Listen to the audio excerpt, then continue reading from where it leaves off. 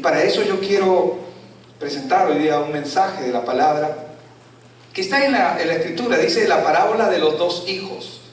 Y la pregunta que yo haría ahí es, ¿cuál eres tú?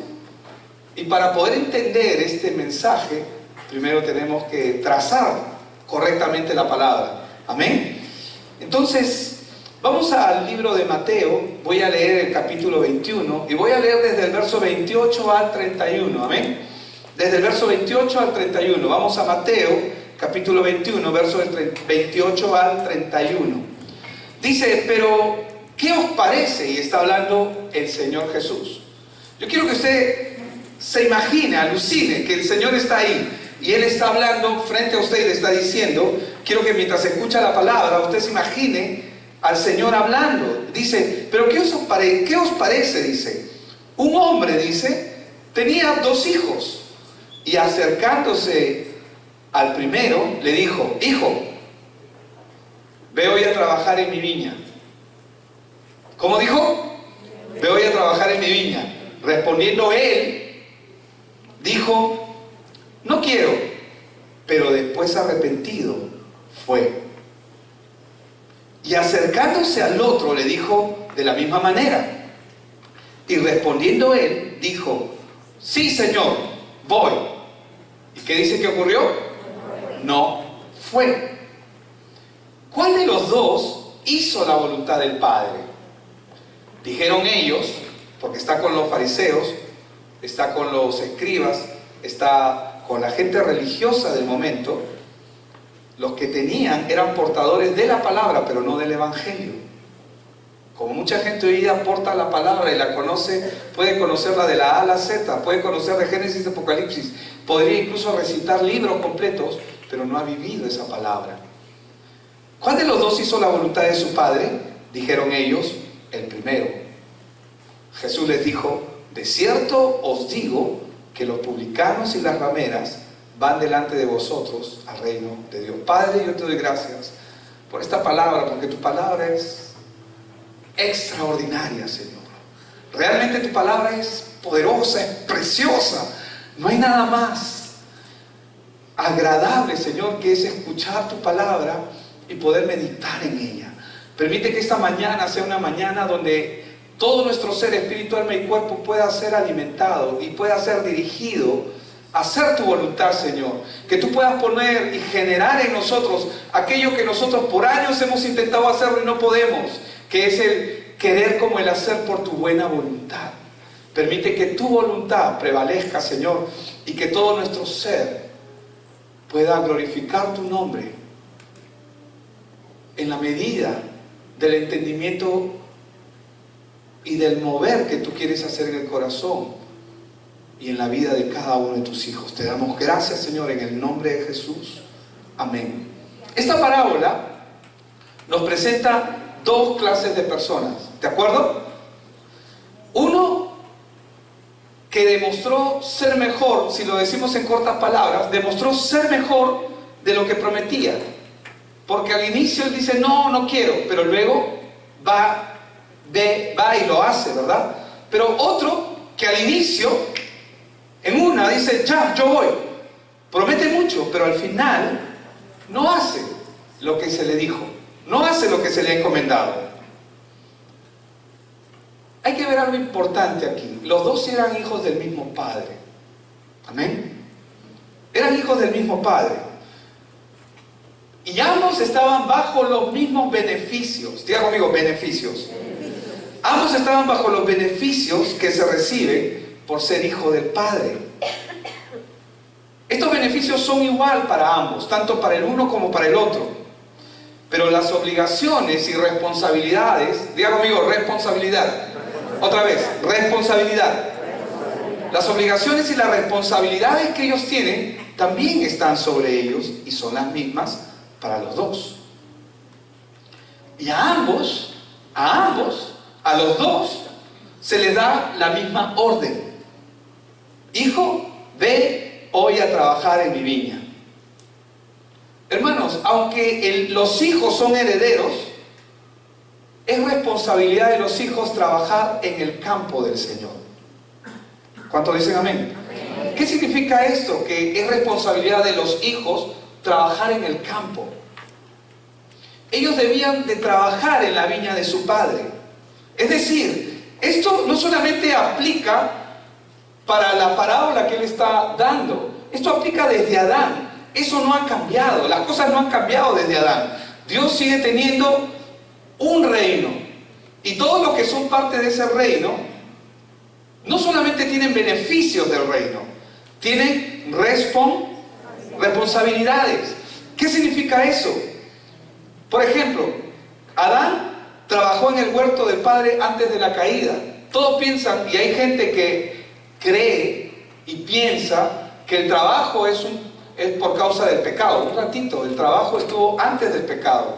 El sudor, el trabajo con el sudor de la frente, un trabajo ineficiente, como hoy en día vive nuestra humanidad por causa del pecado, que el dinero se le va en saco roto, por causa del pecado. Pero el trabajo es parte de la responsabilidad que Dios da a sus hijos. ¿Estamos de acuerdo? Entonces, en Génesis 2:15 nosotros vemos que Adán trabajó en el huerto de su padre antes de la caída. ¿Qué dice? Tomó pues Jehová, Dios, al hombre, ¿y qué dice? Y lo puso en el huerto de Edén. ¿Para qué? Para que lo labrara y lo guardase. O sea, Dios le dio una responsabilidad a él. Cuando una persona nace de nuevo para Cristo Jesús, ¿creen que no hay responsabilidades en el reino de Dios? Sí las hay. Pero por ejemplo, yo tengo trillizos de nietos. Y mis trillizos, ellos no han nacido, les puse su uniforme y los mandé al colegio. O no les puse su uniforme y los mandé a trabajar. Porque están bebitos, ¿verdad? Y como bebitos tienen que crecer, tienen que madurar, tienen que pasar de ser sensoriales, porque al inicio son sensoriales. La única comunicación que tienen con su madre es por el olor y porque tengo hambre, ¿no? Quiero leche. Y se pone a lactar. Al inicio son sensoriales, pero después llega un entendimiento y un conocimiento a sus vidas. Todo lo que está establecido, conforme dice Romanos 1:20, ¿no? Todo lo natural es un reflejo de lo espiritual. Entonces, ellos debían de trabajar en la viña del Padre, en la viña de su Padre, en el campo, en la obra. ¿Qué significa? Que si Dios llamó a Ángel, no solamente lo llamó para equiparlo. Si Dios llamó a Orlando, no está Orlando, ahí está Orlando. Que si Dios llamó a Orlando, no lo llamó solamente para equiparlo, y ahí está el otro Orlando, ya está Ricardo. ¿Él para qué lo llamó? Para que sean parte de su viña. Pero también los llamó porque en casa hay responsabilidades. ¿Sí o no que hay responsabilidades? Desde los más pequeños hasta los más grandes. Porque si no les estamos dando responsabilidades a nuestros hijos, estamos haciéndoles un daño. Entonces, la responsabilidad de Adán era labrar y guardar ese campo que Dios le había dado. Esa responsabilidad no ha cambiado. ¿Cuántos dicen amén? Amén. Entonces, mostrar la obra de Cristo en nosotros a través de nuestro testimonio es una de las responsabilidades que tenemos como creyentes. Amén. Porque acá no hay cristianos encubiertos, ¿verdad? Agentes. De repente hay algún agente acá, un cristiano que es agente, que trabaja encubierto, ¿no? Se divierte en el mundo, hace lo que quiere y tiene una vida licenciosa y solamente se identifica cada vez que viene a la iglesia, pero afuera tiene esta conducta. Esos cristianos no hay acá, amén. Y si los hay, pues tiene que acabarse ese mal entendimiento del cristianismo. Entonces, mostrar la obra de Cristo en nosotros a través de nuestro testimonio es una de las responsabilidades principales que tenemos como creyentes. Amén. Pero el tema es que mucha gente quiere dar testimonio a su forma, a su manera. Porque todos los que estamos acá hemos sido llamados por gracia. Tú no viniste a Jesús porque a ti se te ocurrió. No, Dios preparó todas las circunstancias para que tú te acerques a Él. Así es como funciona el Evangelio. El llamamiento que el Padre hace, que lo hizo con Adán y luego él cayó, pero el llamamiento que el Padre hace a cada uno de nosotros es por medio de su Evangelio. Amén. ¿Qué es lo que dice la Biblia en Juan 15:16? Nadie puede venir al Padre. En Juan 6:44. Nadie puede venir a mí, dice él, si el Padre no le trajeron. ¿Y qué dice? No le trajera. ¿Y qué dice Jesús? Jesús dice: no me buscasteis vosotros a mí, sino que yo los escogí a ustedes, los encontré a ustedes. ¿Qué está hablándonos? Que Él es el que hace todo el trabajo. Pero las circunstancias nos hacen pensar de que somos nosotros los que nos acercamos a Él. Dios, ¿cómo nos llama en este tiempo? Hay una sola forma en que Dios llama a sus hijos, y es por medio de su Evangelio. ¿Por qué? ¿Qué es el Evangelio? Es la respuesta de Dios al problema del hombre. ¿Y cuál es el problema del hombre? Su hogar destruido, su enfermedad o una enfermedad como un cáncer, o de repente que no le está yendo bien en el trabajo, o que está sin trabajo, o que no tiene dinero. ¿Ese es el problema? No, la Biblia nos enseña que el verdadero problema del hombre es estar separado de Dios. Ese es el problema del hombre, porque estando separado de Dios, no importa si al hombre le va bien en la vida, eso es una ilusión, es una vanidad. Al final, su final es camino de muerte. Por eso es que la Biblia dice que hay caminos que a los ojos de los hombres parecen buenos, pero su final es camino de muerte. Entonces, el llamamiento que el Padre hace a través del Evangelio para trabajar en su viña, en su campo, requiere una obediencia. Y requiere una obediencia pronta, pero esto no va a ser posible. Y escúcheme bien lo que le voy a decir. Una obediencia conforme al plan de Dios no es posible sin el entendimiento claro de la obra de Cristo en nosotros. ¿Por qué? Vamos a Jeremías 9, versos 23 y 24. En Jeremías 9, ¿qué es lo que nos dice la Escritura? Así dijo Jehová. Amén. No se alabe el sabio en su sabiduría. Ay, mira todo lo que puedo hacer, o lo que puedo lograr, o lo que he hecho. Pablo puede ser muy meritorio humanamente hablando, pero hermanos, Pablo dijo: todo lo tengo por basura. ¿Saben por qué? Porque él entendió quién era Cristo. Mientras uno no entienda quién es Cristo, uno no va a tener por basura lo que tiene, sino de cuando en cuando lo va a sacar, como una tarjeta, como una carta bajo la manga. No, pero yo soy esto, pero yo puedo hacer esto, y yo puedo lograr esto. Tú no puedes hacer absolutamente nada fuera de Dios. Nuestra vida es un fracaso y es una miseria. No importa cuántas mentiras el diablo nos ha vendido haciéndonos creer de que somos algo, no somos nada. Así dijo Jehová: no se alabe el sabio en su sabiduría, ni en su valentía se alabe el valiente. Ojo, que eso no quita los méritos de una persona. Ni el rico se alabe en sus riquezas, sino en qué. Verso 24: mas alábese en esto el que se hubiere de alabar. ¿En qué me debo de alabar? En entenderme y conocerme. Pero mucha gente conoce al Dios de la Biblia, pero no, conoce la Biblia de Dios, pero no al Dios de la Biblia. Dice: mas alábese en esto el que se hubiere de alabar, en entenderme y conocerme. Esas son palabras fuertes. Cuando Pablo, que le llevó 14 años entender esta verdad, cuando él entendió esto, pudo decir: ya no vivo yo, mas Cristo vive en mí. Porque todo lo que él hacía tenía que ser conforme a la voluntad del Padre. Como vivió el Señor Jesucristo. Él no hizo nada por su propia cuenta. Todo lo que hizo tenía que ser de acuerdo al plan y a la voluntad del Padre. Como lo hizo Pedro después que entendió. Y cada uno de los discípulos. Entonces dice que yo soy Jehová que hago misericordia. Y de hecho, que si estamos aquí es por su misericordia. Hago misericordia, juicio y justicia en la tierra, porque estas cosas quiero, dice Jehová. ¿Qué ocurre? El hombre sin entendimiento siempre va a obrar conforme a lo que cree.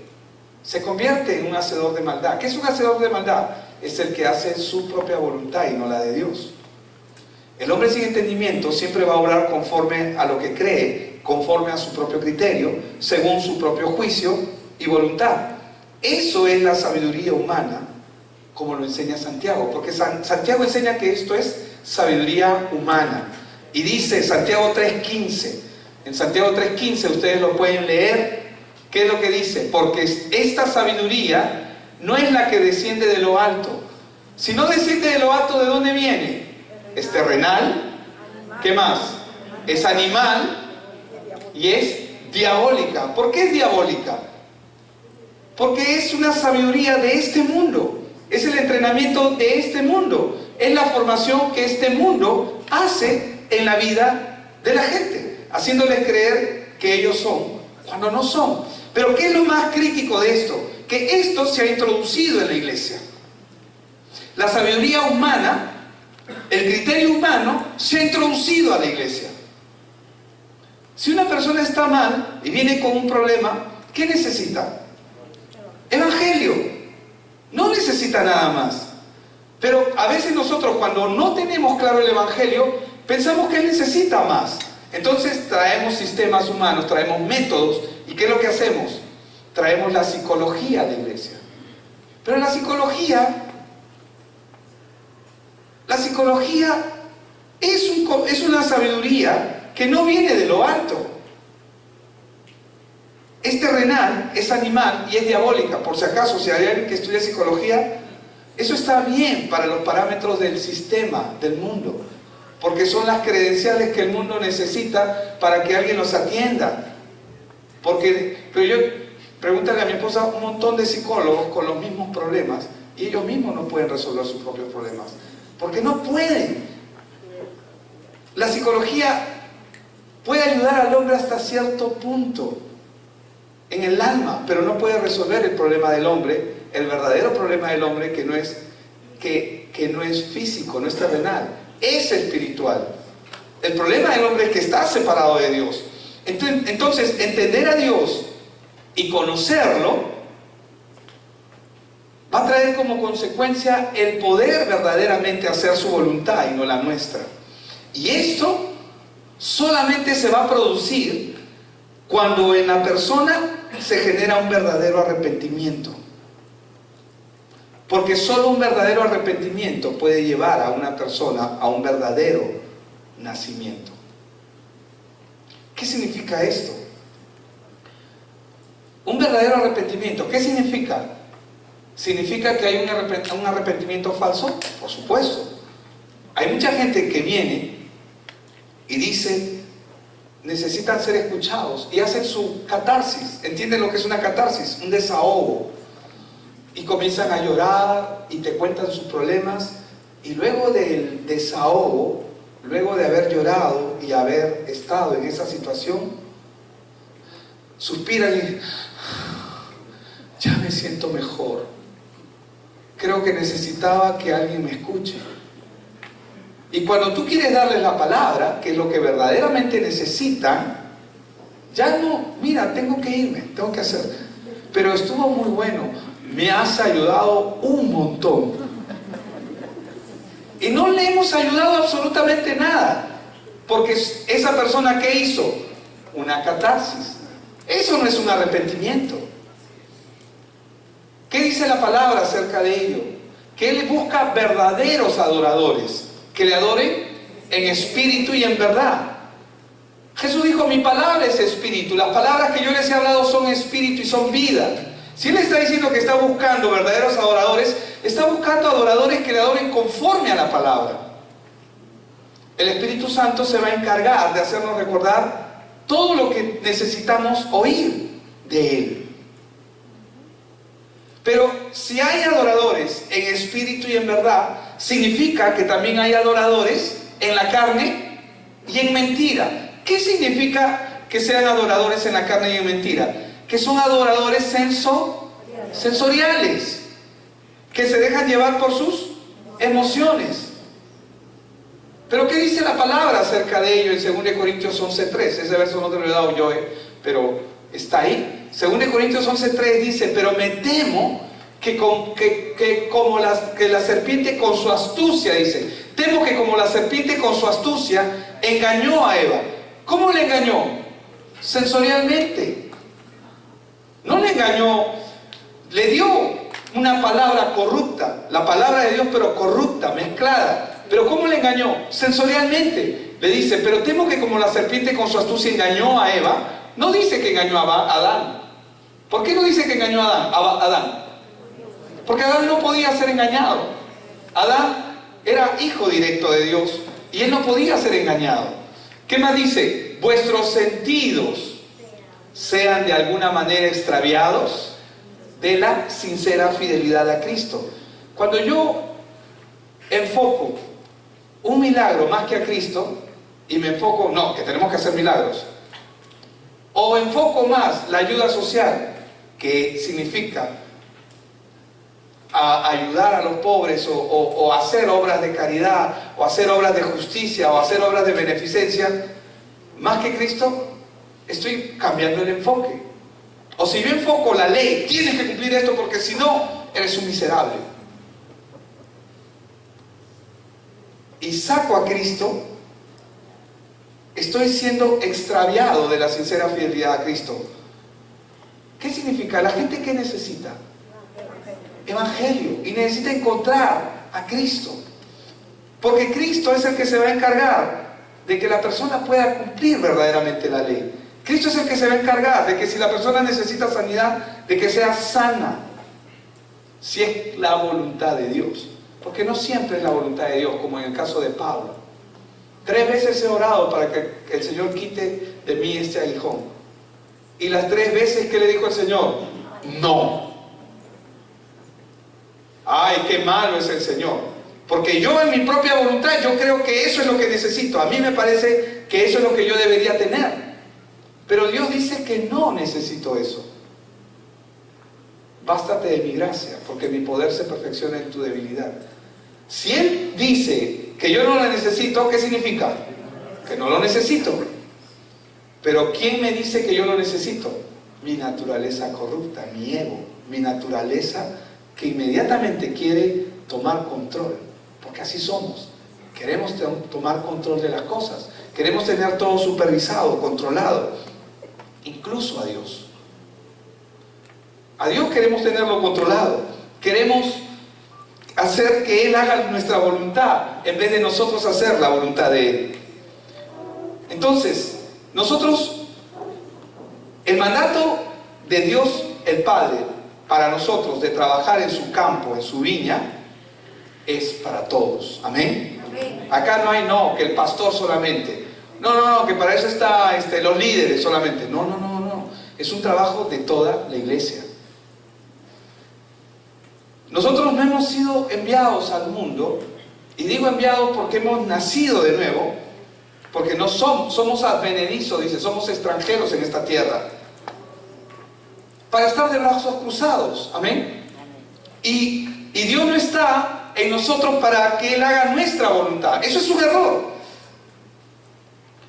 Pero el mandato de cumplir la obra de Dios solamente puede ocurrir cuando Dios verdaderamente es el Señor en la vida de esa persona. ¿Qué dijo el Señor Jesucristo en Juan 4:34? ¿Se acuerdan? Que los discípulos, cuando Él había estado con la samaritana, le dijo, le habrá traído esta... Porque su enfoque, ellos estaban con hambre. Tenían ya 1 día y medio que no habían comido. Y cuando Jesús llega en Juan 4, intencionalmente donde está la mujer samaritana, ellos, qué preocupados, ¿no? Señor, vamos a ir a comprar. ¿Quieres algo? Y el Señor le dijo, yo tengo una comida que ustedes no conocen. Pero luego les dice, en Juan 4:34, les dice lo siguiente. Escuchen lo que les dice. Jesús les dijo: mi comida es que haga la voluntad del que me envió y que acabe su obra. Voy a leerlo otra vez. Mi comida es que haga la voluntad del que me envió. Estamos en la viña del Señor, estamos en el campo. Pero acá, este es el campo, pero este es el campo de los viñadores, es decir, de los que van a trabajar en la viña. El verdadero campo está afuera, ¿verdad? ¿Qué es lo que dice? Mi comida es que haga la voluntad del que me envió y que acabe su obra. Ahora, interesante, porque las conductas tanto de uno como del otro hijo fueron diferentes. La respuesta del primer hijo fue descortés y fue mala. ¿Se acuerdan? Mateo 21, 29. ¿Qué le dice? Respondiendo él, dijo: no quiero. Pero después, ¿qué dice? Arrepentido fue. Ahora, algunos preferimos muchas veces, ¿no?, la comodidad propia. Y a veces me quiero incluir y me incluyo, porque nuestra naturaleza es corrupta. A veces preferimos estar apegados a nuestros propios intereses que estar conectados con Dios y con el plan, con el diseño original.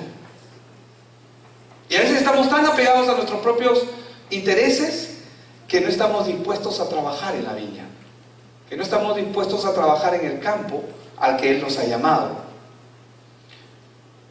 ¿Por qué? Porque hay creyentes, ¿no? ¿Qué tanto es el Señor Jesús, el Señor de tu vida? ¿Un 50%? ¿Un porcentaje que no te incomode? ¿Cuál es ese porcentaje? Un 50% es bueno, voy a la iglesia, cumplo con dar mis diezmos, si es que los das. Amén. Cumplo con hacerla, con estar haciendo, cumplo, ¿no? Pero no me pidas más, no tengo tiempo. No, es más, no me quiero meter mucho tampoco. Otros prefieren un Dios que les sirva, es decir, que cumpla con el favor que ellos están esperando. Señor, hazme esto, Señor, si tú me das este negocio, por mi madrecita, ¿no? Por mi madrecita, Señor, que yo agarro y te voy a dar el 20%. Necio. ¿Saben por qué es necia esa persona? Porque esa persona está pensando que puede manipular a Dios. Ignora quién es Dios. Nosotros estamos acá, Dios conoce el final de nuestros días. Él sabe cómo vamos a actuar y cómo vamos a obrar. Él sabe si lo que decimos es verdad o es mentira, porque Él nos conoce. Él sabe hasta qué punto vamos a cumplir y hasta qué punto no vamos a cumplir.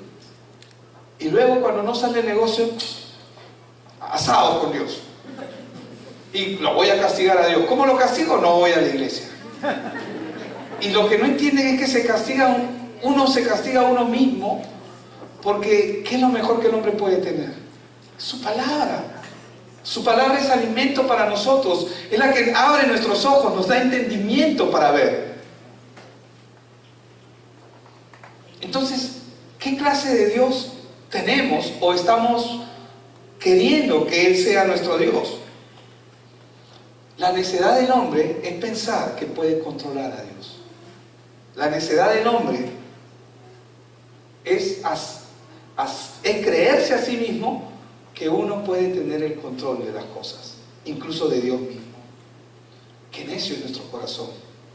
¿Le ha pasado a usted? A mí me ha pasado. La pregunta que yo haría en este punto es: ¿tú sabes verdaderamente qué es lo que te conviene? ¿Sabes qué te conviene? Claro, pastor, ¿cómo no voy a saber qué me conviene? Lo cierto es que no lo sabemos. Pero yo te voy a decir algo: Dios sí sabe qué nos conviene. Así es. Decirle a Dios: Señor, haz esto, haz aquello, es cometer necedad, es ser necio. Y el Señor pone un ejemplo claro de esto en Lucas 12, versos 20 y 21, cuando dice: pero Dios le dijo, necio. ¿Se acuerdan de este hombre que agarró, había construido un granero, tenía su granero y su granero había colmado, ¿no? Entonces se le ocurrió la gran ideota, ¿no? Voy a derribar este granero y voy a construir uno más grande para luego poder vivir y disfrutar de la vida como a uno le place. Pero ¿qué es lo que Dios le dijo en Lucas 12:20? Necio, esta noche vienen a pedirte tu alma, y lo que has provisto, ¿de quién será? Verso 21, así es el que hace para sí tesoro y no es rico para con Dios. Pero nosotros queremos ser ricos para con Dios. ¿Cuál es la forma? Evangelio. ¿Qué es lo que Dios quiere? La salvación del mundo, la salvación de la gente. Ahora, es interesante porque en Mateo 21:29, volvemos un ratito ahí, el primer hijo que le dijo, no quiero, pero después arrepentido fue y lo hizo, dice, ¿verdad? La pregunta que podríamos hacer en este punto, para hacerlo reflexionar, reflexionamos todos juntos, amén. ¿Qué llevó al primer hijo al arrepentimiento? Porque ahí la historia no nos muestra, ¿verdad? Pero ¿qué lo lleva al arrepentimiento? Es decir, para ponerlo más claro, ¿qué lleva a este hijo a cambiar su manera de pensar? ¿Qué lo lleva de estar ocupado en sus propios asuntos personales? ¿Qué lo lleva de estar ocupado en sus propios intereses a solamente buscar los intereses de su padre espiritual? Por eso digo, ¿qué lo lleva al arrepentimiento? El Evangelio. Porque no hay otra forma en que el hombre pueda conocer a Dios. ¿Por qué? ¿Por qué el Evangelio? Porque el Evangelio, en primer lugar, el Evangelio nos permite conocer nuestra condición de miseria. El Evangelio nos permite ver dónde estamos. No importa si tienes dinero, si tienes logros económicos, académicos, X, Y, Z, estamos perdidos en el horizonte. ¿Sí o no? Entonces, cuando uno entiende su condición de miseria y que nada de lo que este mundo te ofrece y te da puede realmente satisfacer la vida del hombre, porque todo es una ilusión, una vanidad, cuando uno entiende eso, recién puede arrepentirse. Es decir, ocupas tu mente, ocupas tu tiempo, ocupas todo tu ser en lo verdadero y no en lo falso. Yo sé que es fácil decirlo, para mí es fácil decirlo ahorita, pero vivir esto tiene que ser una experiencia real en cada uno de nosotros. ¿Me dejo entender? ¿Están conmigo? Amén. Vamos a ver un ejemplo en Hebreos 11, versos del 24 al 26. Cuando este hombre lo entendió, Moisés, por la fe, dice Hebreos 11, 24 al 26, voy a leer. Por la fe, Moisés, ¿qué dice? Hecho ya grande. No dice que cuando estaba niño. Hecho ya grande, dice, rehusó llamarse hijo de Donald Trump. Oye, hay que estar loco. Si eres hijo del primer mandatario de este mundo, hay que estar loco para dejarlo todo por algo que no conoce. Bueno, Moisés sí lo conoció, por eso es que lo dejó todo. Si no lo hubiera conocido, no lo hubiera dejado todo, pero justamente como lo conoció, es que lo deja todo. Por eso dice, por la fe Moisés, hecho ya grande, rehusó llamarse hijo de la hija del faraón, verso 25, escogiendo antes ser maltratado con el pueblo de Dios. Oye, era el hijo, era un príncipe, era el hijo de la hija del faraón. Su hermano se convirtió en gobernador, y él estaba en esa misma posición, pero él lo dejó todo, escogiendo antes ser maltratado con el pueblo de Dios que gozar de los deleites temporales del pecado. Verso 26, teniendo, dice, por mayores. Amén. teniendo por mayores, dice, las riquezas el vituperio por mayores riquezas el vituperio de Cristo que los tesoros de los egipcios, porque tenía puesta la mirada ¿en quién? Entonces, ¿qué llevó a este muchacho al que dijo no quiero? No. ¿Cuántos hemos contestado así? No, no quiero, pues. Y luego, ya. ¿Pero por qué? ¿Saben por qué? Porque a través de las pruebas, toda prueba, hermano, hermana, es una forma en la que Dios, a través de las pruebas, nos va a mostrar quién es Él. Las pruebas, todas las pruebas, sea la que fuese, pequeña o grande, tienen el objetivo de mostrarte quién es Dios. Entonces, esa es la razón por la cual este muchacho, tan pronto como se arrepintió, fue. Él se arrepintió, pero para arrepentirse tuvo que conocer quién es Cristo. Porque sin saber quién es Cristo, el hombre no puede arrepentirse. Sin conocer el Evangelio, el hombre no puede arrepentirse. Entonces, sin conocer a Cristo, él tan pronto se arrepintió, lo cual implica que tuvo que conocerlo, fue y comienza a mostrar frutos dignos de arrepentimiento. La única evidencia de que estamos realmente arrepentidos de nuestra vieja manera de vivir es obedecer de inmediato y ponernos a trabajar en el Evangelio. ¿Quieres que, si haces la pregunta, Señor, ¿cómo puedo evidenciar que soy cristiano? Cuando comienzas a hacer discípulos. Por eso es que el pastor Steve Murrell dice, haciendo discípulos. ¿Por qué? Porque el que hace discípulos es porque ya entendió. Y no es por mandato, ojo, fluye de manera natural. Sin embargo, la respuesta del otro hijo, ¿cuál fue? Fue una respuesta espectacular. Sí, Señor, yo voy. Eso fue. Véanlo, Mateo 21:30. Sí, Señor, voy. Y acercándose, dice al otro, le dijo de la misma manera y respondió él, dijo, sí, Señor, voy. Pero ¿qué dice al final? No fue. Pero ¿cómo se mostraba? Respetuoso. Le llamaba al Señor Señor. Creía que lo conocía. Profesa una obediencia visible para todo el mundo. Pero por dentro, su final es otro.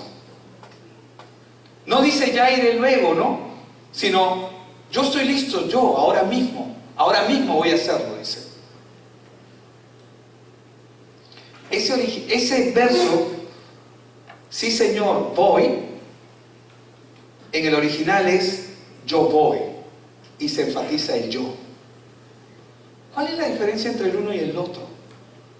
El que dice que no iba a ir y fue porque se arrepintió. El arrepentirse no significa que se sintió mal. Arrepentirse significa que se dio cuenta de su condición y vio quién era su padre. Y cuando él vio quién era su padre, deja todo por servir a su padre. En cambio, el otro, el que dice yo voy y no fue, ¿por qué fracasa en el camino? ¿Cuál es la causa de su fracaso? El yo. ¿Cómo?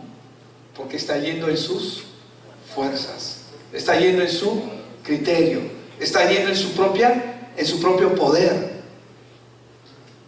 Él dice, puedes confiar en mí para este trabajo. Y parece bueno, pero ¿qué es lo que Dios quiere de nosotros? Obediencia, sí, pero ¿qué es lo que Él quiere de nosotros? Él solamente, ¿qué dice la Biblia? Que los ojos de Dios están puestos sobre la tierra. Y Él está buscando corazones, ¿verdad?